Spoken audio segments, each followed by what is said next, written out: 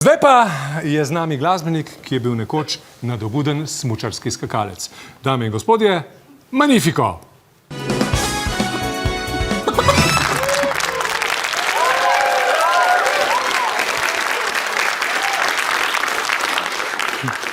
Živijo Magnifico, dobrodošel v našem studiu. Se veš, zakaj smo te danes poklicali ob vsej tej planični, kako se reče, planiški noriji.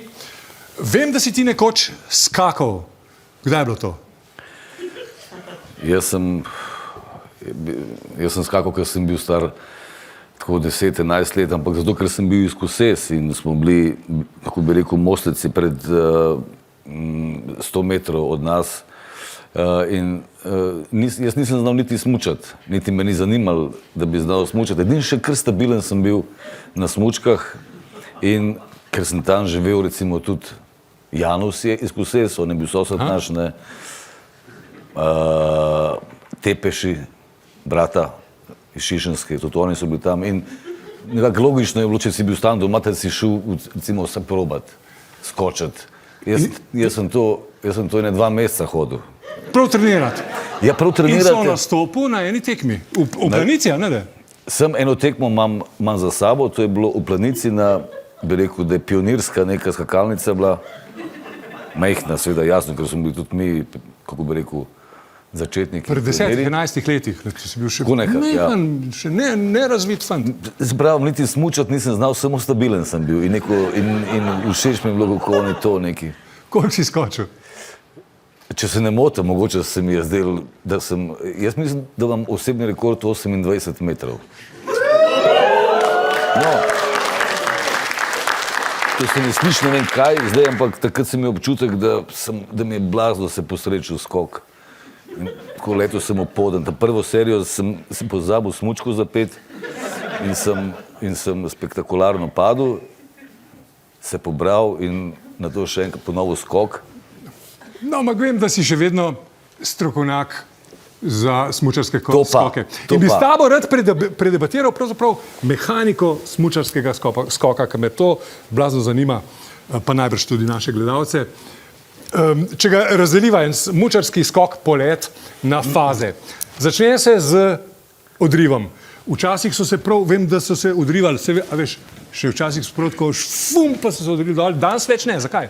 Ne, tukaj mislim, se pravi, tukaj moram prav eno zgodovino narediti. Se pravi, jaz sem bil, ker sem skakal smo imeli roke naprej in ko sem prišel na odskočno mizo, si seveda nekako atletsko zategnil roke nazaj in nekako si se odrinil od samega sebe, ampak ta poteza je bila nekako logična. Ja, se meni tudi zdi, da imaš zamah, ampak tega več ne počnejo. Preden sem jaz začel smučati, mislim skakati, so imeli roke naprej in ko so skočili, so imeli tudi roke naprej. Se pravi, takole. Se pravi, kakor da bi hotel jadrati. Potem so šli z rokami naprej in v odrivu roke nazaj dali. Vmes je sledila ena faza, jaz sem videl to v Mostecu, je probaval en od teh starih mačkov, da so ga pumpali na zaletišču, ne, ga je pumpal v počepe, gang, da bi ga nafederiral točno na odskočno mizo in odletel. To je bila faza B. Zdaj imajo tako, potem je skočil Boklev, ne, z nogami narazen in kako je to grdo. Kaj pa je se skakali skupaj?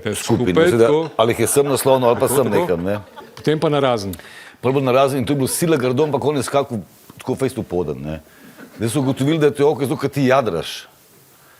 Zdaj jaz si zamišljam, kaj bi lahko bila naslednja, se pravi, zdaj imajo, oni imajo smučke tako, rokce imajo tukaj, da krmilijo, jaz bi jim zvišal rokce, razumeš, koliko so nokce, da še rokce, ne, da je ta pristajalna steza malce bolj, ne toliko navpična, malce bolj ravna, da ga lahko zajadra. Jaz mislim, da bi lahko letel v enem freestylu tudi mogoče kilometer.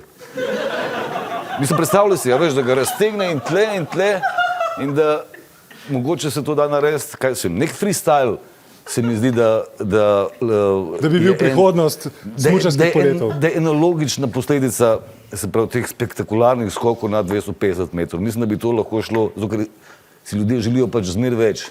Ti ne moreš laufati na 100 metrov 4 sekunde, ne, se pravi tam nekje na 9. Ampak tukaj bi se pa dali tudi 1 kilometer. V zadnji fazi skoka, ki so že čist pri tleh, ne, se mi zdi, da ima vsako teh letalcev še nekako možnost, v bistvu, da on bi lahko teoretično skok še podaljšal. On bi lahko, ampak tvega padec v črno luknjo in ga v razteg, bi rekel, medeničnih, jaz ne vem, pa se zgodi tam, ne? Veš, raztegne to enostavno. Treba je mečkaj skalkulirati, kaj se še splača, kje je tista zadnja točka, kjer se še splača za kakšen meter podaljšati. Ker če preveč... Jaz navijam za položnost terena in za daljše jadranje. Mislim, da bi se s tem, če bi odprli še rokce z nokcami... Kaj pa doskok, zdaj je najbolj cenjen Telemark. Ja. To je zelo bistveno, to sodniki ocenjujejo in zelo gledajo.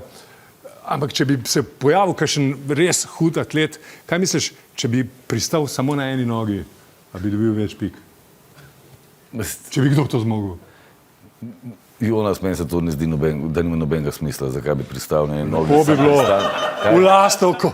Vem, si pa zahteven, no, nekako se mi zdi. Magnifico, hvala lepa. Ni za kaj, če sem te kaj pomagal. Hvala, razložil si se. Hvala.